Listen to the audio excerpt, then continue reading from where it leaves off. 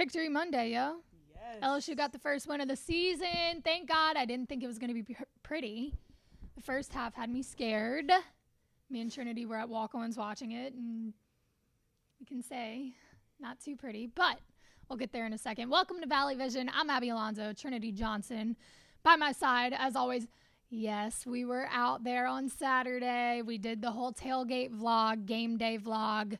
Got to meet a lot of different people. Trinity had her first Valley Vision game day experience. I need a debrief.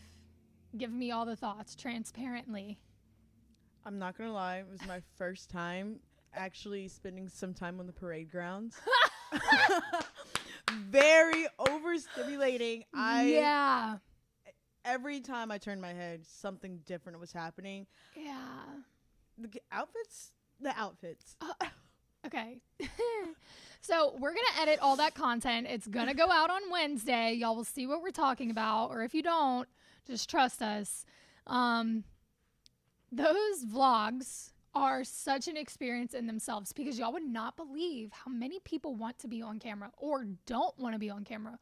At one point on the parade grounds, now we don't just go to the parade grounds. Y'all know we stop by the family tailgates. We're all over. We literally started at walk-ons, did the whole loop all the way around the stadium, and ended up back at walk-ons.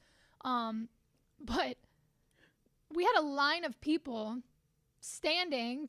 Poor Trinity. These cameras are heavy too, y'all. But standing on the parade grounds, and I'm just interviewing one after the other. A lot of that content is going to be cut because too much, but it's coming out on Wednesday. We're back. Game day number 1 at LSU in the books. It will get easier, I assure you. Oh, I'll just get immune to it. Yeah, 100% eventually sure. you're just desensitized to it, the outfits and the drunk people and everything you hear. Yeah. But, I mean, we're committed to showing what an LSU game day is like, so you have to incorporate the crazy behavior as well. Yeah. I mean, granted, it has been a year since football tailgating season was So maybe people were just knocking the rust off and forgot how to act, but we'll go with that. That content will be out on Wednesday. A lot of people were asking, are we going to do it? We did it, and we're away this weekend, so no vlog this weekend. But when we come back, we're rocking and rolling throughout the entire season. Before we get started on a breakdown of the LSU win over Nicholls, I do want to do one shout out to St. Rock Vodka, the official vodka of Bayou Traditions, which is the official collective of LSU. You buy a bottle of vodka, the athletes get some of the proceeds. Everybody wins. It's good vodka. We've brought it out to a couple tailgates. I think we might have to start doing that again. We used to carry a bottle in the backpack and let people try it and get their reactions on camera. Never had a bad one. I'll definitely have to be hitting up the gym a lot more. Oh, sister. But here's the good thing. We burn so many calories because we're walking for hours and you're holding. How sore was your arm? I was sore. Yep. My back, my arms. Yeah. It's a workout. Mm-hmm. It's fine, though. And my hips. We do it all for y'all. We do it all for y'all. Don't ever say I did nothing for you guys. Carrying heavy equipment, embarrassing ourselves on camera. We do it all for y'all. The second thing I want to say before we also break down football, we had some technical issues on Friday, so we didn't get to do a live show. So this is a little bit late, but about a week ago, Mr. Paul Skeens did some incredible stuff again, who shocked, not me. He struck out 6 batters last Tuesday against the Cubs. The Pirates did come out with a win, 5-0, but with those 6 strikeouts, he recorded 142 total on the season, and he tied the franchise record for most strikeouts by a rookie since 1990. Now, I don't think he's pitched since, but with one more strikeout, he will officially hold that record. He will no longer be tied. He will have broken history in his rookie season. Paul Skeens, ladies and gentlemen. Incredible. Also in that game, here's your little Tiger tea. There was some drama, which Paul Skeens is a pretty chill. Yeah, reserved. clean cut, doesn't really get into it, which credit to him because I can only imagine what he hears dating Olivia Dunn. But anyway, The umpire was going at him. Okay, so he throws what he thinks is strike 3 and begins to walk off the mound, as most pitchers do when they think they've thrown strike 3 of the third out of the inning. First inning, okay, 11 pitches in, he throws it. It's a little outside, but in real time, I guess, from the mound, it looked like a strike, so he starts to walk off the mound. The umpire, you would have thought that freaking Skeens, like, drop-kicked his puppy or something, like, fully, because he rips off his face mask, and he's like, that's outside. That's a strike. I mean, that's not a strike. That's not a strike. And Skeens is, like, smirking. And then as the umpire is yelling, he becomes like, holy shit, like, this is really happening. And he's like, what? Like, okay, dude, like, chill. Like, settle down, bro. Like, I just took 2 steps off the mound. I thought it was a strike. It's fine. The umpire's name, Doug Eddings. That is his name. He got real sassy. The manager for the Pirates kind of was like, yo, bro, like, chill out. The umpire's looking at the manager and was like, basically, get your boy. Like, you need to talk to him. He can't be walking off the mound like that. And the manager was like, Danny Shelton was like, I'm talking to you. So, like, there was some, like, back and forth, whatever, over a slightly outside pitch and Paul Skeens taking 2 steps off the mound. Are you a hater? Like, if you're a hater, just say you're a hater, bro. Like, how do you not like Paul Skeens? I'm not saying he doesn't like Paul Skeens, but, like, all that the man doesn't cause any issues. He's really good at his job. He took 2 steps off the mound, again, as most pitchers do when they threw strike 3. And this man, he was heated. I guess he just woke up on the wrong side of the bed. Let's put it at that. But there's your little tiger teeth. Skeens handled it like a champ, too. He was just like, okay.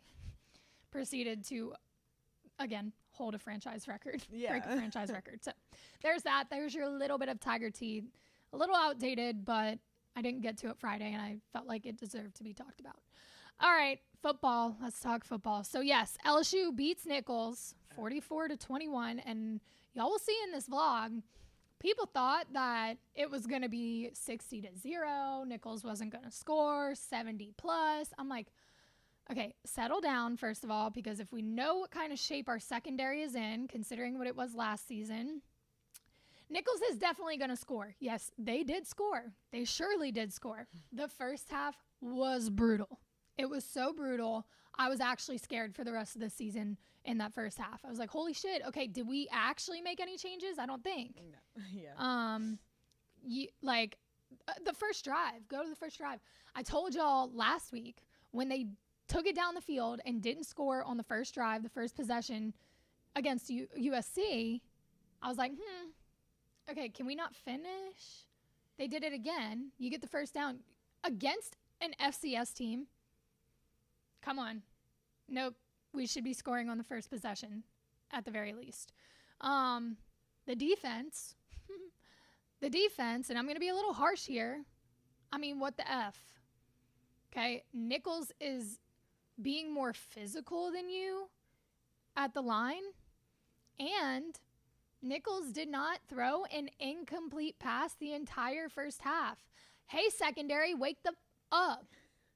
Not one incomplete pass? Are you effing kidding me? I'm trying so hard not to curse, y'all. I'm like censoring myself. Don't say the F word. Don't say, as I'm talking about all the shit. My gosh, dude. All the stuff that we heard on the vlog. I'm sitting here. Okay. Anyway. I mean, you even went down to a missed field goal. Pushed right. Damian Ramos. I don't know what Brian Kelly said during halftime, but we saw a much better level of play in the second half. Also, you're going into SEC play this week. Oh, girlfriend. And the way that you guys were not awake in the first half, you can't do that when you're playing in this conference. Correct. So that's very scary, because for a second I was like, Jesus Christ, the Gamecocks are going to beat our tail. That's embarrassing. It's been like 10 years or 18 somewhere since we played them. And I mean, this game is college game day is going to be there. Yeah. If they embarrass us. Okay, we're getting a little ahead of ourselves. They cleaned it up in the second half, but you were so right. We start conference play, and we will preview that game on Friday and talk a little bit more about what you're talking about. But that was a valid concern as we're watching the first half of, like, oh, my God, this is an FCS team and no shots, but, like, also shots. Like, we're about to start SEC play and we can't figure it the hell out. Concerning. They came back in the second half and figured it out, ended up getting the win. Just a little stat recap for y'all. Nuss went 27 for 37 with 302 yards and 6 touchdowns. So the offense definitely picked it up. You saw a little bit of Ricky Collins, literally a little bit. He only had one throw. It was for 12 yards. So you saw one singular flash of him. Now, the receivers, we had two big scares. Actually, we'll get to the injuries the injuries going into this week in a second, but you saw Garrett Nussmeier come out and you saw Kyron Lacey laying on the field for longer than you'd like to see. For a team that injuries can be an issue and you don't have, we've seen injuries be an issue for LSU. Look at last year, and even you still haven't seen Chris Hilton. You're dealing with some injuries in the wide receiver room. John Emery goes out for the season. Then you see Garrett and Kyron go down. They're fine. From what we've heard, they should be fine, but that was a little bit terrifying. However, we did lose another player for the season. Jacobian Guillory tore his Achilles. He is done, which if you already had questions about the defensive line, now you've got even more. He was a huge presence on the inside of the line, so you've got to shuffle some things around and figure out how to plug holes that weren't already plugged when he was playing. I'm getting ahead of myself. Going back to the offense, though, the passing game is okay, right? Yeah. We're in a good spot as long as depth doesn't become a problem. Chris Hilton still has not seen the field. He is day to day with that bone bruise, and basically it comes down to pain tolerance. So we don't know if he's going to play this weekend against South Carolina. It's going to be a game time decision of, hey, can you play? Are you feeling okay? So he's day to day. Kyle Parker, who we didn't see, should be ready to go for Saturday as well. I do want to say, though, that Aaron Anderson has really stepped up, and so did CJ Daniels. So stat recaps. CJ had 71 yards on 4 receptions. Kyron had 5 receptions for 65 yards. Aaron Anderson had 5 receptions for 63 yards.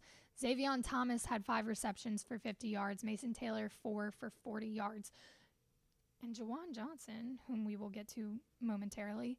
So back before the season started, wide receiver depth the room is pretty in pretty good shape, considering, again, you didn't have 2 of your guys this past weekend. You're still passing the ball around, spreading it out, and people are locking in some numbers. That's not where my concern lies. My concern lies in the ground game. Total, 64 rushing yards for LSU this weekend against a Nicholls defense.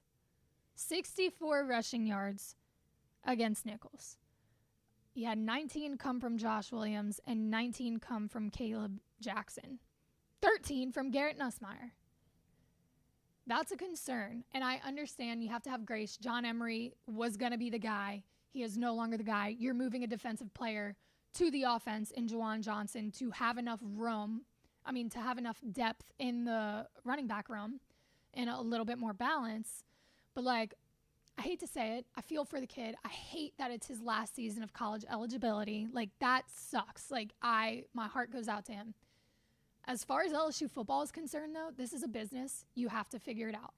So if we can't figure out, 1, blocking on the O-line so that these guys can hit holes and get through, 2, just a scheme that allows them to put up some bigger numbers and maybe score a touchdown, we're going to be in trouble because we cannot rely solely on a passing game. You can, but I don't think it's going to work out in our favor. Every team is better when they have options. You have a lot of options through the air, but to have some on the ground as well would result in more success for LSU football. So that is something that we're going to talk heavily about on Friday before SEC play starts. We're going to hear updates throughout the week of, what BK's thinking, what Joe Sloan and Cortez Hankton are thinking about the scheme, to hopefully light this rushing game up a little bit more than what we've seen. Juwan Johnson, again, defensive back. He was a quarterback in high school, recruited as a corner by LSU, was suddenly put into the offense this past weekend because John Emery is out. And I got to say, the kid's athletic.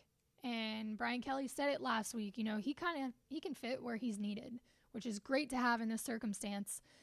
Will he be a part of the offensive scheme moving forward? We don't know. Was it just touches against Nicholls? Especially as we've seen where the holes lie on the secondary for LSU. Is he going to go back to defense? I don't know. As far as we've heard so far, the offense might be where he stays. Again, updates coming throughout the week. We have some people in the chat. We do. Okay, yes. Guys, I can't see the chat right now. Oh, now I can see it. Yep. Cool. So, Carl Dunn said Nuss had a cramp. Yes. And they were talking about the other players. I'm reading it now. Okay. Why don't you get a wagon? I think to carry everything around campus. That would be so great as far as carrying stuff, but I don't particularly want to drag a wagon around campus just solely because we're walking on grass and rocks and everything, and that might be even harder. Yes, Carl, the ump was way too much. We're talking about Paul Skeen. Sorry, I should have been updating the chat as we went. I'm just now seeing everything. Bama was not sharp either, only 16-14 at the end of the third. Okay, so beginning of the season, it's week 2. There's a lot of changes that have happened across college football. You've got a new playoff system. You've got 2 new teams in the SEC. By the way, Texas. Texas put a whooping on Michigan if you didn't see. Yeah. They're good. I'm scared. Yeah.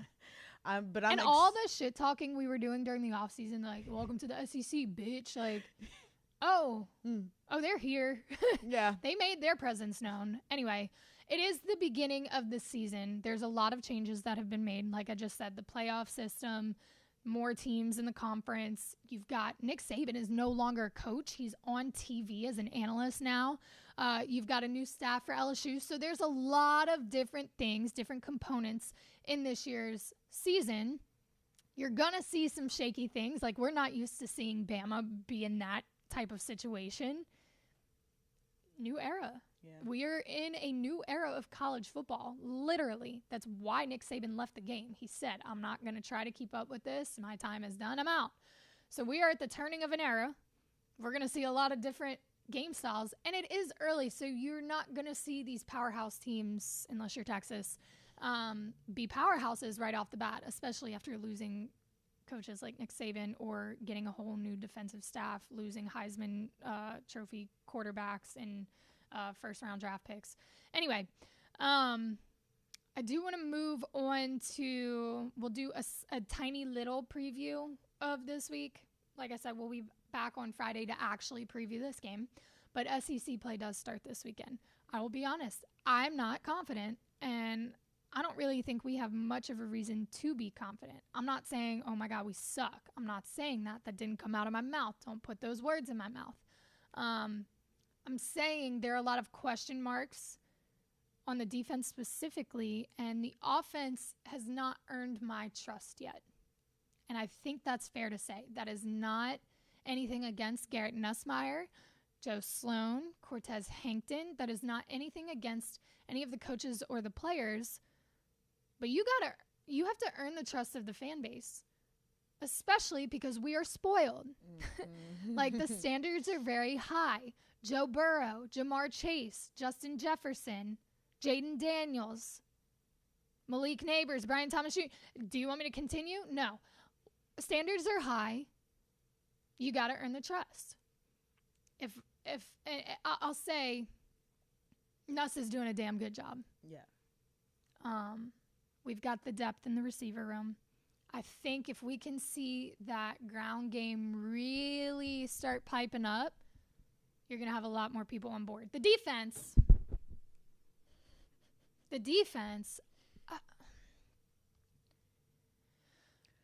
work in progress will be nice. Again, you're losing a huge inside presence in Jacoby and Guillory. And again, my heart goes out to him. I hate to see season-ending injuries, especially for vets. But we did see a little bright spot in Shone Washington, the way that he came up and got the job done, replacing Guillory. However, there are still question marks. Is that the move? Yeah. I don't think it is. Not personally. I'm saying Brian Kelly does not know. We don't know.